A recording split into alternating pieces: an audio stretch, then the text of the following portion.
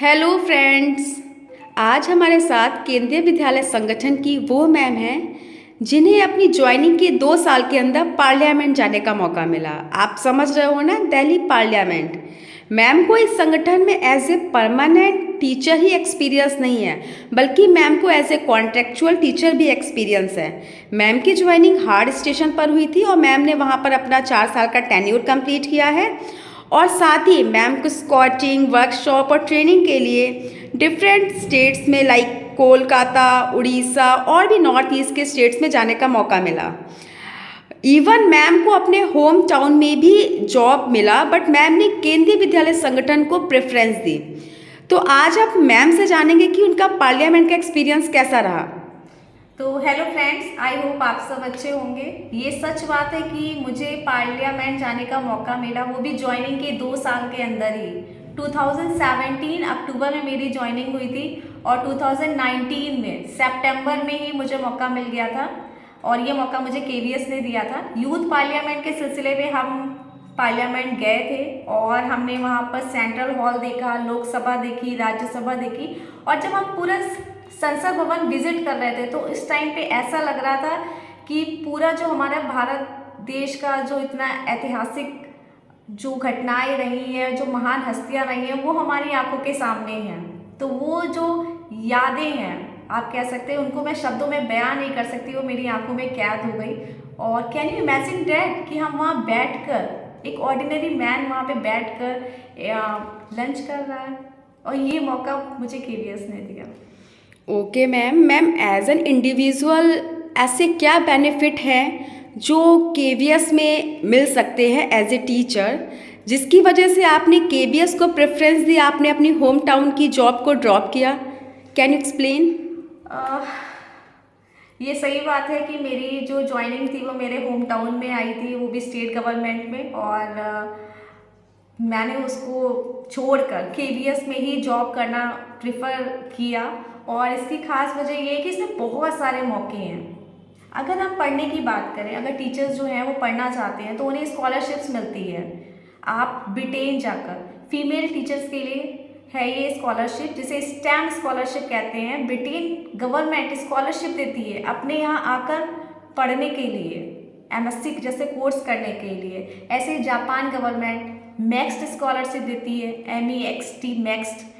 आप as a teacher बच्चों की शिक्षा के लिए कितना बेहतर कर रहे हैं, कितना इनोवेशन कर सकते हैं। तो इसके लिए मेल टीचर्स हो गए या फीमेल टीचर्स हो गए, तो केवी के टीचर्स को ये मौका मिल रहा है विदेश जाके पढ़ाई करने का, वो भी ब्रिटेन, जापान जैसी जगह पे। तो आपको आपकी सैलरी तो मिल ही रही है, साथ में आप अपनी पढ़ाई भी कर सकते हैं। इसके अलावा अगर आप बाहर नहीं जाना चाहते, यहीं पर इंडिया में ही अपनी पढ़ाई करना चाहते हैं जॉब के साथ, जिनकी 12th के बाद जॉब लग जाती है बहुत जल्दी, जेबीटी करने के बाद या डीएलएड या डीएड करने के बाद, तो वो डिस्टेंस मोड से भी पढ़ाई कर सकते हैं। ऐसे गाइडेंस एंड काउंसलिंग का कोर्स ले लीजिए। शिलोंग जैसी जगह में अगर आपको पढ़ने का मौका मिले, गाइडेंस एंड काउंसलिंग का कोर्स करने का मौका मिले, तो केवीएस ऐसे कोर्स कराता है। तो आप अपनी सैलरी भी ले रहे हैं, नॉर्थ ईस्ट घूमने का एक तरीके से बेनिफिट भी आप ले रहे हैं अपनी सर्विस में, और सैलरी आपको मिल ही रही है। तो ये तो पढ़ने की बात हो गई।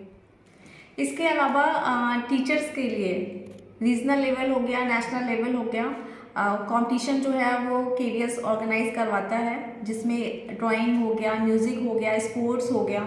अगर आप पीआरटी के रूप में केवीएस को ज्वाइन करते हैं तो आप सिर्फ टीजीटी पीजीटी तक ही नहीं, आप डेप्यूटी कमिश्नर भी बन सकते हैं या फिर उससे भी हायर पोस्ट तक जा सकते हैं। चाहे आप टीचिंग स्टाफ में हो या नॉन टीचिंग स्टाफ में हो, आपके पास बहुत सारी अपॉर्चुनिटीज़ हैं प्रमोशन के लिए। इतना ही नहीं, अगर आपके अंदर ये इच्छा रही हो पहले से कि मुझे देश के लिए कुछ करना है और मुझे वर्दी चाहिए थी, चाहे वो आर्मी हो, डिफेंस हो, तो आप केवीएस में भी आपको जो वर्दी है वो मिल सकती है, यूनिफॉर्म। और आप यहाँ पर एनसीसी के ऑफिसर बन सकते हैं, स्काउट एंड गाइड के ऑफिसर बन सकते हैं। इसके अलावा अगर आप अपने टीचिंग फील्ड में कुछ इनोवेशंस करते हैं तो आप रीजनल लेवल, नेशनल लेवल तक आपको इंसेंटिव अवार्ड्स मिलते हैं। तो केवीएस में बहुत सारे मौके हैं। मैम आपको ट्रेनिंग, वर्कशॉप्स और इंडक्शंस के लिए काफ़ी मौके मिले, तो वो एज ए इंडिविजुअल हमारे लिए कैसे बेनिफिट हैं। न्यू एजुकेशन पॉलिसी तो खैर अभी आई है, उससे पहले भी केवीएस जो है वो टीचर्स की परफॉर्मेंस के लिए उनके जो स्किल्स डेवलप हों, ताकि जो बच्चों का जो टीचिंग लर्निंग का प्रोसेस है उसको इम्प्रूव करने के लिए बहुत सारी वर्कशॉप्स कंडक्ट करवाता है। और इंडक्शन ट्रेनिंग हो गया, इन सर्विस ट्रेनिंग हो गया, या डिफरेंट डिफरेंट ट्रेनिंग। तो ये जो ट्रेनिंग वर्कशॉप्स होती हैं तो ये क्लासरूम लेवल तक ही नहीं रहती, एक बिल्डिंग के अंदर तक ही नहीं रहती हैं। ये एम्स हो गया, यूनिवर्सिटीज़ हो गई, इस जगह कंडक्ट होती हैं। उदाहरण के लिए अभी 3 साल पहले ओरल हेल्थ हाइजीन की जो वर्कशॉप हुई थी वो एम्स में हुई थी। और जो आरएसएम एनएसएम होते हैं वो डिफरेंट डिफरेंट यूनिवर्सिटीज़ में होते हैं। तो आपको जो प्रोफेशनल्स हैं उनके साथ इंटरेक्शन का मौका मिलता है। तो एज ए टीचर जब आप इम्प्रूव करते हैं तो बच्चों का जो टीचिंग लर्निंग का प्रोसेस है वो ऑलरेडी इम्प्रूव हो ही जाता है। ओके मैम, जैसा कि आपकी जो फर्स्ट ज्वाइनिंग थी वो हार्ड स्टेशन पे हुई और आपने वहाँ पे अपना टेन्योर भी कंप्लीट किया, तो क्या आप हमारे साथ शेयर करेंगे कि अगर आपका हार्ड स्टेशन पे ज्वाइन होता है तो वो कैसे डिफरेंट है नॉर्मल स्टेशन से? ये सच बात है कि मेरी जो ज्वाइनिंग थी वो नॉर्थ ईस्ट में हुई थी और असम में एक केवी में मुझे ज्वाइनिंग मिली थी। और कोविड की वजह से 3 साल में ट्रांसफ़र तो नहीं हो पाया था, लेकिन चौथे साल में हमारा ट्रांसफ़र हो गया था। एक बात मैं सभी व्यूअर्स को बता दूं, अगर आपकी ज्वाइनिंग पहली ज्वाइनिंग अगर आपको हार्ड स्टेशन मिलती है तो बिल्कुल मत घबराइए, आप जाके ज्वाइन करिए, क्योंकि मॉडिफिकेशन ट्रांसफ़र होते हैं। और इसमें भी कुछ कैटेगरीज हैं, जैसे स्पाउस केस हो गया, पीएच की बात कर ली जाए, या डिफरेंट डिफरेंट। तो हार्ड स्टेशन के बहुत सारे बेनिफिट्स रहते हैं। तो आप हार्ड स्टेशन को ज्वाइन करिए और फिर उसके बाद अपने होम टाउन आ जाइए। तो इतना कोई हार्ड एंड फास्ट नहीं है। और ओके मैम। लड़कियों के लिए भी बहुत सेफ रहता है ये। जी, yes ma'am. One more thing, आपको एज ए परमानेंट और कॉन्ट्रेक्चुअल दोनों ही एक्सपीरियंस हैं केंद्रीय विद्यालय संगठन में। नो डाउट आपको इंटरव्यूज़ के भी एक्सपीरियंस होंगे, तो क्या आप कैंडिडेट के साथ शेयर करेंगे अपने इंटरव्यू के एक्सपीरियंस? 2017 में मेरा इंटरव्यू हुआ था और चंडीगढ़ में इंटरव्यू हुआ था मेरा। उस वक्त मुझे सिर्फ 1 महीने का मेरे पास एक्सपीरियंस था एज ए कॉन्ट्रेक्चुअल टीचर का, अप्रैल मंथ का। तो मैं सुबह 6:30 बजे अपने वेन्यू पर पहुंच गई थी जहां मेरा इंटरव्यू था। और जब मैंने इतने सारे कैंडिडेट्स को देखा कि इतने सारे लोग इंटरव्यू के लिए आए हुए, तो मैं बहुत खुश थी कि मैंने रिटन एग्ज़ाम क्वालिफाई कर लिया है और आज मैं एक नेशनल लेवल का पहली बार कोई इंटरव्यू जो है वो मैं फेस कर रही हूँ। तो 7:30 बजे डॉक्यूमेंट वेरिफिकेशन हुआ, 5 मिनट में डॉक्यूमेंट वेरिफिकेशन हो गया था। तो मैं एक बात यहाँ पे सभी व्यूअर्स को बताना चाहती हूँ कि अगर आप का जिस भी दिन इंटरव्यू है तो आप जितनी जल्दी जाएंगे अपने इंटरव्यू के दिन, उतनी जल्दी डॉक्यूमेंट वेरिफिकेशन होगा और उतनी ही जल्दी आपका इंटरव्यू भी होगा। तो इस तरह से तो स्टार्टिंग हुई। और 7:30 के बाद जब डॉक्यूमेंट वेरिफिकेशन हो गया तो उन्होंने मुझे कहा कि मैम आप जाके बैठ जाइए, हम आपको बुलाएंगे। तो तब तक मैंने सोचा क्यों ना केवी की बिल्डिंग को देखा जाए। तो मैं जब गई तो इतने सारे पैनल बने हुए थे, बहुत सारे टीचर्स थे, कैंडिडेट्स थे। कुछ कैंडिडेट्स बहुत नर्वस थे, कुछ बहुत एक्साइटेड थे, लर्न कर रहे थे बार बार। तो एक अलग ही मतलब बड़ा अच्छा माहौल था उस वक्त कि आप एक केवी जो है वो कितना बड़ा है, मतलब क्या एक ब्रांड वैल्यू है उसकी, नेशनल लेवल का है और कितने सारे लोग एक देने आए हैं। तो 8 बजे उन्होंने मुझे इंटरव्यू के लिए बुला लिया था और पैनल में 3 लोग थे, एक फीमेल थी और 2 मेल थे। उन्होंने सबसे पहले क्वेश्चन मुझसे किया था कि इंट्रोड्यूस योरसेल्फ। इंग्लिश में क्वेश्चन पूछा था तो इंग्लिश में ही मैंने जवाब दिया। मैंने बहुत ब्रीफ में उन्हें बताया अपना नाम, अपना होम टाउन, और एक लाइन में ही बता दिया था कि मैंने हायर एजुकेशन में बीएससी किया है और इस ईयर में किया है, इतने मेरे परसेंटेज है और ये सब्जेक्ट्स हैं। और एक्सपीरियंस है मैंने बताया था कि मेरे पास एज ए कॉन्ट्रेक्चुअल टीचर 1 महीने का ही एक्सपीरियंस है, केवी का ही, और हॉबीज़ बताई थी। फ्रेंड्स, यहाँ पे मैं बताना चाहूँगी कि जो भी लोग अपना इंटरव्यू के लिए जा रहे हैं तो बहुत ब्रीफ में अपना इंट्रोडक्शन जो है वो तैयार करें। जब आप अपना इंट्रोडक्शन उनको बताते हैं तो उस वक्त वो बायोडेटा जो आप फिल करके ले जाएंगे उसको वो पढ़ते हैं, तो इस बात का ध्यान रखिएगा। तो मेरा बायोडेटा भी वो उस टाइम पे पढ़ रहे थे जब मैं उनको अपना इंट्रोडक्शन दे रही थी। तो उसके बाद उन्होंने मुझसे कहा ठीक है मैम, आप डेमो क्लास में छोटे बच्चों को, क्लास 1 के बच्चों को आपको ABCD जो है वो पढ़ानी है। तो मैं खड़ी हो गई और मैं बोर्ड पे लिखने गई, तो उन्होंने मुझे रोक दिया कि नहीं मैम, आप अभी कुछ नहीं लिखिए, नो बोर्ड फॉर्मेलिटीज़, आप हम पैनल को ही बच्चा समझिए और ऐसे ही पढ़ाना शुरू करिए ABCD।